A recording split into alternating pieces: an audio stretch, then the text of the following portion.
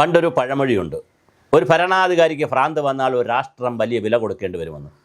എത്ര കൃത്യമാണ് ഈ കാര്യത്തിൽ. തനിക്ക് നോബൽ സമ്മാനം സമാധാനത്തിന് കിട്ടണമെന്ന് പറഞ്ഞുകൊണ്ട് രാജ്യങ്ങളെ തമ്മിലടിപ്പിച്ചിട്ട് സമാധാനം പറയും. തമ്മിലടിപ്പിക്കുക, സമാധാനം പറയുക. ഇന്ത്യയും പാകിസ്ഥാനെയും തമ്മിലടിപ്പിക്കാൻ ഒരുപാട് ശ്രമിച്ചു. അവസാനം ഓപ്പറേഷൻ സിന്ദൂർ വന്നപ്പോൾ അദ്ദേഹം പറഞ്ഞു, ഞാൻ ഇത് നിർത്താൻ പോവുകയാണ്, നിങ്ങൾ രണ്ടു കൂട്ടരും നിർത്തിക്കോണമെന്നൊക്കെ പറഞ്ഞ് എനിക്ക് സമാധാനത്തിന് നോബൽ സമ്മാനമാണ്. ഇപ്പോൾ ഹമാസിൽ ഇതുപോലെ പറയുന്നു. ഇങ്ങനെ ലോകത്തെ മുഴുവൻ തമ്മിലടിപ്പിച്ചിട്ട് പിന്നെ ഒന്നിപ്പിച്ച് നോബൽ സമ്മാനമൊക്കെ വാങ്ങണമെന്ന് പറഞ്ഞ് നടക്കുന്ന ഒരു വട്ടൻ ഉണ്ടെന്നാണ് തോന്നുന്നത്. അദ്ദേഹത്തിന് വട്ട് തന്നെയാണ് ശരിക്കും പറഞ്ഞാൽ. ഇത് മലയാളത്തിൽ പറഞ്ഞാൽ അദ്ദേഹത്തിന് കിട്ടുമെന്ന് എനിക്ക് അറിഞ്ഞുള്ളൂ. എന്നാൽ ഇത് വട്ട് തന്നെയാണ്. എന്തൊരു വട്ടത്തരമാണ്, വഷളത്തരമാണ് കാണിക്കുന്നത്. ഇന്നിപ്പോൾ അമേരിക്ക പറഞ്ഞു വരുന്നത് അമേരിക്കൻ പ്രസിഡന്റ് ഡൊണാൾഡ് ട്രംപിനെ കുറിച്ചാണ്. ഇന്ന് നോക്കൂ, 5 ലക്ഷം ആളുകളാണ് പിരിച്ചുവിടലിന് കാത്തു നിൽക്കുന്നത്. നാളെ മുതൽ അവരെ പിരിച്ചുവിടുമെന്നാണ് കേൾക്കുന്നത്. ഇന്നലെ തന്നെ ഒരുപാട് ആളുകൾ പിരിഞ്ഞു പോയി. അവരുടെ ഒക്ടോബർ 1 മുതൽ ശമ്പളം കൊടുക്കാൻ കഴിയാതെ സെനറ്റിൽ ബഡ്ജറ്റ് പാസ്സാക്കാൻ കഴിഞ്ഞില്ല.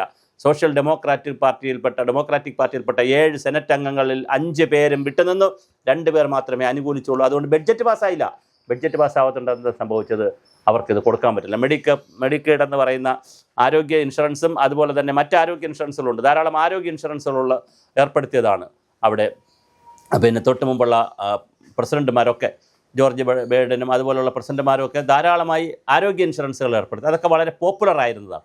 പക്ഷേ അതിനെയെല്ലാം നശിപ്പിച്ച് ആ ഇൻഷുറൻസ് പദ്ധതികളെല്ലാം ഇല്ലാതാക്കി അതിനെ വലിയ തോതിൽ ക്ഷേമ പ്രവർത്തനങ്ങൾ ഇല്ലാതാക്കുക ചെയ്തു. മാത്രമല്ല രാജ്യത്തേക്ക് ഇറക്കുമതി ചെയ്യുന്നതിൻ്റെ തീരുവയും കയറ്റുമതി ചെയ്യുന്നതിൻ്റെ തീരുവയും എല്ലാം കൂട്ടി രാജ്യത്തെ കുട്ടിച്ചോറാക്കി, ലോക രാജ്യങ്ങളെല്ലാം വിറപ്പിച്ച് വിഷമത്തിലാക്കി വലിയ തോതിലാണ് അദ്ദേഹം പ്രതിരോധവും ഒക്കെ ഏർപ്പെടുത്തി. യൂണിവേഴ്സിറ്റികളെ നശിപ്പിക്കുന്നു, ഹാർവാർഡ് യൂണിവേഴ്സിറ്റിയെ ഇല്ലാതാക്കി, കുട്ടികളുടെ വിസ ഇല്ലാതാക്കുന്നു, മറ്റ് രാജ്യങ്ങളിൽ വരുന്നവരുടെ വിസ ഇല്ലാതാക്കുന്നു, $4000 എന്നുള്ളത് $1,00,000 ആക്കുന്നു. അങ്ങനെ തല തിരിഞ്ഞ ഭ്രാന്തൻ നയങ്ങളുടെ ഒരു പരമ്പര തന്നെയായിരുന്നു ഡൊണാൾഡ് ട്രംപ് അവിടെ ചെയ്തത്. പക്ഷേ ഇപ്പോൾ അവസാനം എത്തി നിൽക്കുന്ന ഒക്ടോബർ മാസമൊക്കെ എത്തുമ്പോൾ അവരുടെ ധനകാര്യ വർഷം ആരംഭിക്കുന്നത് ഒക്ടോബർ 1-നാണ്. നമ്മെപ്പോലെ ഏപ്രിൽ മാർച്ച് തിയറിയല്ല.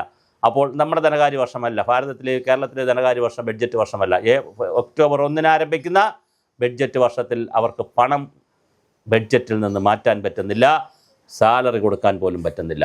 ആയിരക്കണക്കിന് ലക്ഷക്കണക്കിന് ആളുകളാണ് ലീവ് എടുത്തും പിരിച്ചുവിടൽ ഭീഷണിയിൽ നിൽക്കുന്നത്. ലീവ് എടുക്കുന്നവരെയും പിരിച്ചുവിടും എന്നാണ് പറഞ്ഞിരിക്കുന്നത്. അത് കേൾക്കാതെ ആയിരങ്ങളാണ്, ലക്ഷങ്ങളാണ് ലീവ് എടുത്ത് പോകുന്നത്. എന്തൊരു ഗതികേടാണ് ഒരു രാഷ്ട്രത്തിന് സംഭവിക്കുന്നത്. അപ്പോൾ അവിടുത്തെ സോഷ്യൽ ഡെമോക്രാറ്റുകളും ഡെമോക്രാറ്റിക് പാർട്ടികളും അതുപോലെ തന്നെ പ്രധാനപ്പെട്ട ആളുകളെല്ലാം വന്ന് പറഞ്ഞു, ഇത് സാധാരണ മനുഷ്യൻ്റെ ക്ഷേമം വച്ചുള്ള കളിയാണ് ഡൊണാൾഡ് ട്രംപ് ചെയ്യുന്നത്. അതിന് വലിയ വില കൊടുക്കേണ്ടി വരും. തീർച്ചയായിട്ടും ട്രംപ് ഈ ചെയ്തു കൂട്ടുന്നതിനൊക്കെ അമേരിക്കൻ ജനത ലോകത്തിന് മുന്നിലും അമേരിക്കകത്തും ആഭ്യന്തരമായും വൈദേശികമായും വലിയ വില കൊടുക്കേണ്ടി വരുമെന്നാണ്. അപ്പോൾ നിങ്ങൾ മനസ്സിലാക്കൂ, ഓരോ ഭരണാധികാരികൾ വന്ന്, ഹിറ്റ്ലറും മുസോളിനിയും നാസിയുടെ ജർമ്മനിയും ഓരോ ഭരണാധികാരികൾ വന്ന്, ഓരോരുത്തർ വന്നിട്ട് അവർക്ക് തോന്നുന്ന വിൻസ് ആൻഡ് ഫാൻസികൾ ചെയ്യുമ്പോൾ ആ ഒരു രാഷ്ട്രമാണ് അതിനുവേണ്ടി വില കൊടുക്കേണ്ടി വരുന്നത്. അതാരായാലും ഏത് രാഷ്ട്രത്തലവൻ വന്നാലും അവരുടെ താല്പര്യങ്ങൾക്കനുസരിച്ച്. ഇപ്പോൾ ഇന്ദിരാഗാന്ധി ഇന്ത്യയിൽ അടിയന്തരാവസ്ഥ മറ്റൊരുപാട് കാര്യത്തിൽ ഉരുക്ക് വനിതയാണെന്നൊക്കെ നമ്മൾ പറയും. ഇന്ത്യയെ വിളിക്കൂ, ഇന്ത്യ രക്ഷിക്കൂ എന്നൊക്കെ പറഞ്ഞ് ഇന്ദിരാഗാന്ധിയെ വിളിച്ചിട്ടുണ്ട്. അതൊക്കെ സംഭവിച്ചു.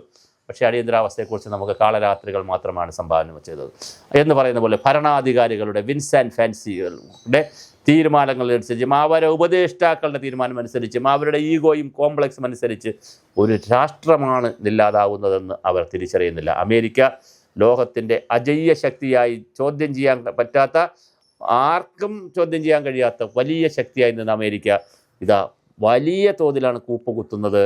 അത് കാണുമ്പോൾ അത് രാഷ്ട്രമെന്നുള്ള നിലയിൽ വലിയൊരു ഗതികേടും പരിതാപകരവുമായ അവസ്ഥയാണ്.